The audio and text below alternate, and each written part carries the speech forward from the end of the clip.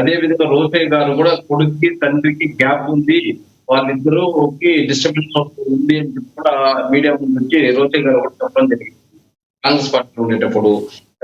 ఎందుకంటే రోసయ్య గారు జగన్మోహన్ రెడ్డి గారు మంచి ముఖ్యమంత్రి గారికి అమ్ముకోవడం, అదే విధంగా ప్రతిష్టను దెబ్బతీస్తా ఉన్నాడు అని చెప్పేసి మనందరూ కూడా వచ్చి జగన్మోహన్ రెడ్డి గారి పైన, అదేవిధంగా రాజశేఖర రెడ్డి ఒక తాకుతూ, అదేవిధంగా జగన్మోహన్ రెడ్డి గారికి రాజశేఖర రెడ్డి గారికి గ్యాప్ ఉంది, తండ్రి కొడుకు ఇద్దరి మధ్యలో గ్యాప్ ఉంది.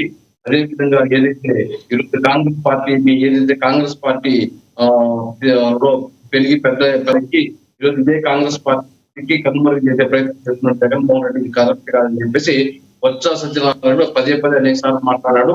అలాంటి వ్యక్తిని జగన్మోహన్ రెడ్డి గారు కూడా మన రాజకీయాల్లో మంచి భార్య ఎంపీ తమ్ముడు ఎమ్మెల్యే ఇన్ని ఇచ్చి వాళ్ళని దగ్గర చేసుకొని బొత్స సత్యనారాయణ గారిని అవన్నీ మర్చిపోయారు. మళ్ళీ ఈ రోజు ఏమంటే బొత్స సత్యనారాయణ గారు జనసేన ఏదైతే వైఎస్ఆర్ పార్టీకి న్యాయం చేయాలి కాబట్టి ఆ వైఎస్ఆర్సీపీ పార్టీ తరఫున ఈ రోజు నేను ఇద్దరు లేదు, జగన్మోహన్ రెడ్డి గారు సమర్థించలేదని చెప్పేసి ఆయన కన్ను గున్నూరు పెట్టి రేపు రాబోయే కాలంలో మరి ఇక్కడ జగన్మోహన్ రెడ్డి గారు దూరం పెడతారని చెప్పేసి ఆయన బాధ ఆయన వెళ్ళగొట్టుకుంటున్నారు. ఒకటే ఈ రోజు జగన్మోహన్ రెడ్డి గారు రిలయన్స్ పైన ఆరోపణ చేశాడు, అది కరెక్టా కాదా? అది కరెక్ట్ అయితే మళ్ళీ జగన్మోహన్ రెడ్డి గారి ఇంటికి పిలిచి భోజనాలు పెట్టడము, వాళ్ళ ఇంటికి వాళ్ళని సన్మానించుకోవడము, జగన్మోహన్ రెడ్డి గారు రిలయన్స్ వాళ్ళ ఇంటికి పోయి వాళ్ళని సన్మానించుకోవడము, ఇదంతా కార్యకర్తలకి మాత్రం మిగిలిన కేసులు. వైఎస్ఆర్సీపీలో ఆ రోజు మేము కేసులు పెట్టుకున్నాం, ఆ రోజు ధర్నాలు దీక్షలు ఆత్మహత్య చేసి కేసులు పెట్టుకొని ఇప్పుడు కూడా ఆ కేసులు పుచ్చుకోకుండా ఇంకా తిరుగుతున్నాం. ఆ కేసు ఇంకా జరుగుతున్నాయి, ఎందుకంటే పబ్లిక్ ప్రాపర్టీ పైన తిరిగింది, వాళ్ళు కేసులు పెట్టారు. ఇప్పుడు కూడా ఆ కేసుకి ఏం జరుగుతుంది. ఇక్కడేమో రిలయన్స్ వాళ్ళు ఇద్దరు కలిసిపోయారు, ఆయన అధికారం వస్తే రిలయన్స్ అభివృద్ధి పొందడం, లేకపోతే రిలయన్స్ వాళ్ళు అధికారం అదే చెప్తున్నాను సార్. ఖచ్చితంగా బొత్స సత్యనారాయణ ఆ రోజు చెప్పింది, ఈ రోజు చెప్పింది లైబ్రరీలో ఉంది. ఇంకా అదే వైఎస్ఆర్ పార్టీ వాళ్ళకి చేయాలి. బొత్స సత్యనారాయణ చెప్పింది కరెక్టా, లేదా రోజయ్య గారు చెప్పింది కరెక్టా, లేదా జగన్మోహన్ రెడ్డి గారు చెప్పింది కరెక్టా, రిలయన్స్ పైన ఆరోపణలు చేసింది కరెక్ట్ అనేసి వాళ్ళే తెలుసుకోవాలి కానీ ఇక్కడ కానీ మేము చెప్పినవి కాదు. రైట్ మీ అభిప్రాయం అర్థమైంది. ఎస్ వినీల్ గారు కంక్లూడ్ చేయండి. నాకు మాట్లాడుతూ చాలా మాట్లాడారండి వైస్రాయ్ హోటల్ గురించి. కానీ చంద్రబాబు నాయుడు గారు ఎటువంటి పరిణామాల్లో ఆయన ముఖ్యమంత్రిగా ప్రమాణ స్వీకారం చేయాల్సి వచ్చింది, పార్టీ ఎలాంటి పరిస్థితిలో ఉన్నప్పుడు పార్టీ బాధ్యతలు తీసుకోవాల్సి వచ్చింది అని చెప్పి స్వయాన నందమూరి తారక రామారావు గారి కుటుంబ సభ్యులే చెప్పారు. వివిధ సోషల్ మీడియా వినీల గారు ఒక క్వశ్చన్ మిమ్మల్ని అడగాలి. ఎవరిదైనా కూడా ప్రాంతీయ పార్టీలు ఒక పెద్ద తలక అయిపోతే నెక్స్ట్ ఏంటి అనేది ఎవరికైనా వస్తుంది. ఇదే సోషల్ మీడియా ప్లాట్ఫామ్లో చంద్రబాబు నాయుడు సరైన వాడు కాదని గతంలో ఎన్టీఆర్ గారు కూడా చాలా వీడియోలో మాట్లాడిన వీడియోలు మనం కూడా చూసాం. అంటే నెక్స్ట్ ఏంటి అని వచ్చిన దీనిలో భాగంగా జగన్మోహన్ రెడ్డి గారు అలా సంతకాల సేకరణ చేసి ఉండొచ్చు కదా. మరి మీ పార్టీ చేస్తేనేమో పార్టీ నిలుపుకుంటాకి, వైసీపీ పార్టీ చేస్తే కాదా? తెలుగుదేశం పార్టీ నినాదం ఏంటంటే కార్యకర్తలకి ఉన్న భావ వ్యక్తీకరణ స్వేచ్ఛ. పార్టీ నినాదం ఏంటంటే నాయకుడు తప్పు చేసినా కార్యకర్తలు ఆ తప్పుని ఖండించే స్వేచ్ఛ మా పార్టీకి ఉన్న సిద్ధాంతం. అది ఇప్పుడే కాదు, అప్పటి నుంచి ఇప్పటికీ కూడా ఉంది. ఆ రోజున ఎంతో మంది సీనియర్ నాయకులు వ్యక్తిగత జీవితాల గురించి మాట్లాడకూడదు, అక్కడ ఉన్నటువంటి పార్టీ పరిణామాల గురించి పదే విమర్శలు వస్తున్నాయి.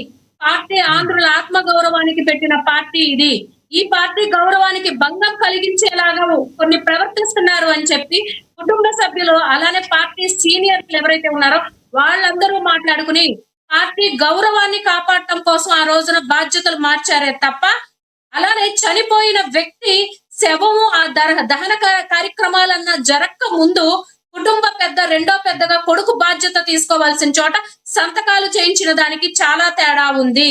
అలానే జగన్మోహన్ రెడ్డి గారి గురించి చెప్పాలంటే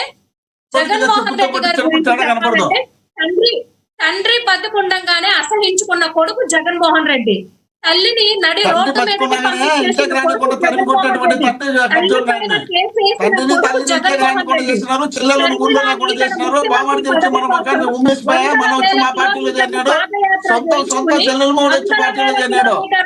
మీరు నాకు టైం ఇచ్చినప్పుడు మీరు కామ్గా ఉండండి, మీకు టైం ఇచ్చినప్పుడు నేను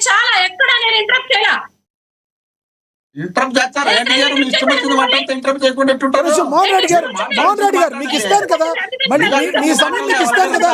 మోహన్ రెడ్డి గారు ప్లీజ్ వాళ్ళ వాయిస్ కూడా వెళ్ళనివ్వండి. మీ వాయిస్ వాళ్ళ వర్ష సార్ మీ వాయిస్ వచ్చినప్పుడు కూడా ఆవిడ మ్యూట్ లోనే పెడతారు. మీ వాయిస్ వచ్చినప్పుడు మ్యూట్ లో పెడతామండి. మీ వాయిస్ వచ్చినప్పుడు రైట్. మోహన్ రెడ్డి గారు కాసేపు ఆగండి, మ్యూట్ చేయండి. ఎస్, మీరు చెప్పండి. వినిల్ గారు మాట్లాడండి ప్లీజ్, కంక్లూడ్ చేయండి ప్లీజ్. షర్మిల గారు అంటే తండ్రి చీదరించుకుని కొడుకుని దూరం పెట్టాడు అని చెప్పి పార్టీ సీనియర్లు అంటే తండ్రి దగ్గర కొడుకుగా ఫెయిల్ అయిపోయాడు. తన తల్లి మీద కేసేసి కొడుకుగా తల్లిని రోడ్డు పాలు చేసిన వ్యక్తి జగన్మోహన్ రెడ్డి. సొంత చెల్లెలు అన్న పదానికే కళంకం. తను ముఖ్యమంత్రి కావడం కోసం తను జైల్లో ఉన్నప్పుడు ఆడపిల్ల అయ్యుండి షర్మిల గారు రోడ్ల మీద పాదయాత్ర చేసింది. జగన్మోహన్ రెడ్డి గతంలో అధికారంలోకి రావడానికి షర్మిల గారి కష్టం అందులో ఉంది. ఎవరు ముఖ్యమంత్రి పదవి కోసం ఆడబిడ్డని భార్యని రోడ్ల మీద తల్లిని రోడ్ల మీద తిప్పి నా బిడ్డ ఎన్నికల్లో ఉన్నాడు, నా బిడ్డ ముఖం చూసి ఓటేయండి, రాజశేఖర్ రెడ్డి గారి వారసుడు ఓటేయండి అని చెప్పి తల్లిని చెల్లిని పదవి కోసం రోడ్ల మీద తిప్పి తీరా అధికారంలోకి వచ్చాక రోడ్ల మీదకి నెట్టేసిన వ్యక్తి జగన్మోహన్ రెడ్డి. అలానే బాబాయిని ఎంపీ పదవి కోసం చంపెమ్మడి పెట్టి కొడితే ఇదే బాబాయి నడి రోడ్డు మీద తొడగొట్టి మీసం తిప్పి సవాల్ చేశాడా లేదా? ఆ వీడియోలు లేవా మన దగ్గర? అవి ఉన్నాయి.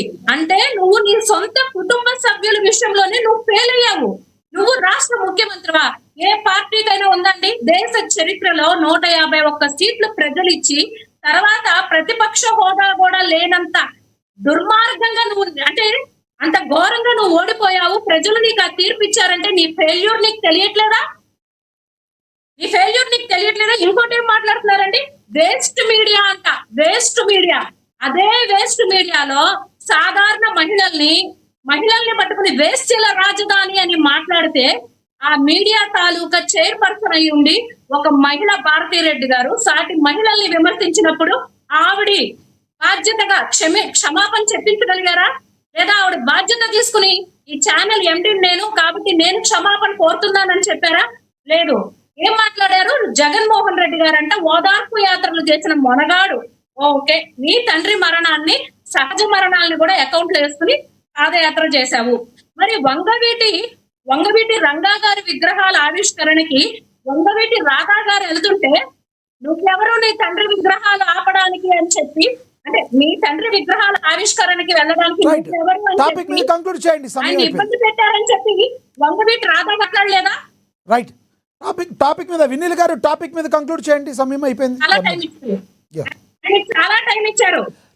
అందరికీ సమానంగా జగన్మోహన్ రెడ్డి గారి గురించి ఒక్క లైన్ జగన్మోహన్ రెడ్డి గారి గురించి రాజశేఖర్ రెడ్డి గారికి అతి సన్నిహితంగా ఉన్నటువంటి ఉండవల్లి అరుణ్ కుమార్ గారు ఆయన తన ఒక కొడుక తండ్రి పాదయాత్ర చేస్తూ చావు బతుకుల్లో ఉన్నాడని చెప్పి మేము మెసేజ్ ఇస్తే కనీసం తండ్రిని చూడటానికి రాని జగన్మోహన్ రెడ్డి ఒక కొడుక అని చెప్పి ఆయన వ్యాఖ్యలు చేశారు. అది కూడా ఎప్పుడు అనుకుంటారు? 2011 ఏప్రిల్లో. ఎవరో చెప్పలా, రాజశేఖర్ రెడ్డి గారి స్నేహితుడు సన్నిహితుడు అయినటువంటి ఉండవల్లి అరుణ్ కుమార్ గారి మాటలు కూడా మీరు పట్టించుకుంటారా? వినిల్ గారు మీరు మాట్లాడేప్పుడు నేను కూడా క్వశ్చన్ అడగాలి. ఉండవల్లి అరుణ్ కుమార్ గారు చంద్రబాబు నాయుడు గారిని రామోజీరావు గారిని 100 మాటలు అన్నారు. మీరు ఒక్క ఉదాహరణ చెప్తే ఎట్లా చెప్పండి? ఉండవల్లి అరుణ్ కుమార్ గారి మాటలు మీరు పరిగణలోకి తీసుకుంటే అన్ని తీసుకోవాలి. వాళ్ళ పార్టీ నుంచే కదండి ఉండవల్లి